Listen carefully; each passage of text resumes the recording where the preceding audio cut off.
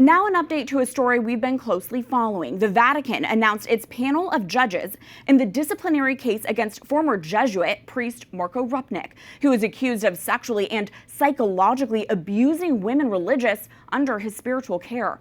The Vatican made the announcement on Monday. The panel of judges includes both women and clerics, and none of its members have any connection to Vatican governance. More than 20 women have accused Rupnik of abuse in the 80s and 90s. The Dicastery for the Doctrine of the Faith began to investigate abuse allegations against Rupnik in 2023 after the late Pope Francis lifted the statute of limitations. His large mosaics are installed in major chapels, cathedrals, and basilicas all over the world, but many advocates for abuse victims have called for his art to be removed. To discuss the latest, we are joined by a veteran Catholic journalist who has been closely following the Rupnik case. Edward Pentin is the senior correspondent for the National Catholic Register and an EWTN News Vatican analyst. Edward, thanks for being with us. What is the significance of this Vatican announcement that they have appointed judges to decide Rupnik's sexual abuse case? Well, this shows, Catherine, that it moves from being just an inquiry to a proper trial for Father Rupnik.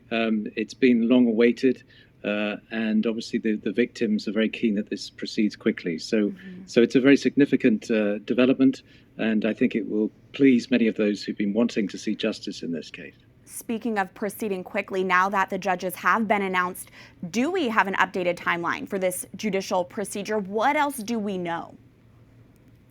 Yes, we don't know the date of the trial. We haven't been told that. But the speculation is that it will happen before the end of the year, but that's just speculation. We don't know for sure. Well, we'll be closely following that, absolutely.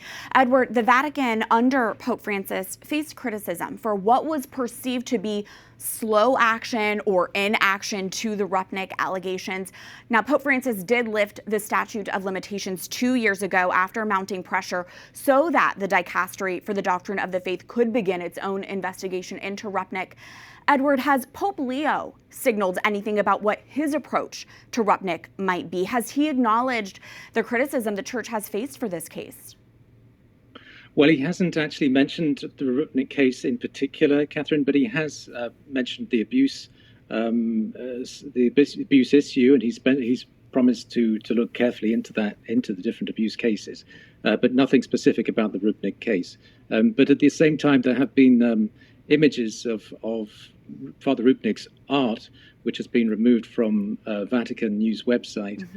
So there's been some development since he's become Pope, but nothing more than that. And in fact, we actually have an image demonstrating that. We have an image of the Vatican News website that shows when Rupnik's art was up for the Sacred Heart Solemnity. And then on the right, this is for our viewers at home, you can see the updated Vatican News website where Rupnik's art has been removed. And this happened shortly after Pope Leo took office.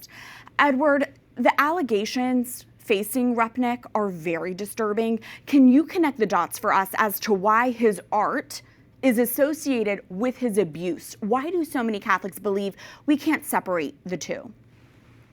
Yes, well, it's really because it was really created, it happened within the context of the manipulation of the women, the victims, that the abuse happened. So the problem is that, or the seriousness of this is that the art is closely linked to the abuse. So unlike some other abuse cases where the art has been done sort of more separately, this is very much intertwined with the abuse, and so there's a real concern there that the art really has to be taken down. Well, on that note, what is the latest regarding Rupnik's murals that are present at the church's top shrines around the world? Are they still up for the most part as this investigation is underway? Well, some is, yes. Some of the artwork is still up, but there are certain areas where certain shrines, in particular, where his art has been shown, which is being covered up or removed. There's the sanctuary at Lourdes, which is one of them. There's the Shrine of Fatima has chosen not to remove a massive Rupnik wall, but it has stopped using its images. And then the Knights of Columbus have covered the Rupnik artwork in chapels in Washington, D.C. and New Haven. So there's been some movement on that, but other major sites haven't actually taken any steps yet to remove his artwork, but may do in the future, depending, I suppose, on the trial outcome. Edward, as I mentioned in your introduction, you are this veteran Vatican journalist. You have been following this case for years. As a journalist, what stands out to you in particular about this story and how it's developed along the years? What are you reflecting on?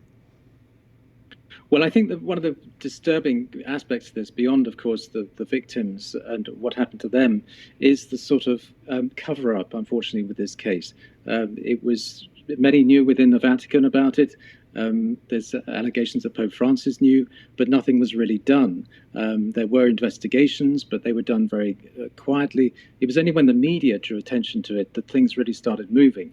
And that's often been the case, unfortunately, with the Vatican and the Church in general, or rather the institutional church, let's say, among the leaders and the prelates, that they'll only act once the media starts taking an interest, and certainly the big media. And that's been the case here as well. So again, this is a rather disturbing aspect, but I think there's hope that things will change because of this, and perhaps this will usher in a more transparent Vatican and church in the future. Transparency and hope for justice as well. Edward Pentin, thank you so much for your time. Thank you, Catherine.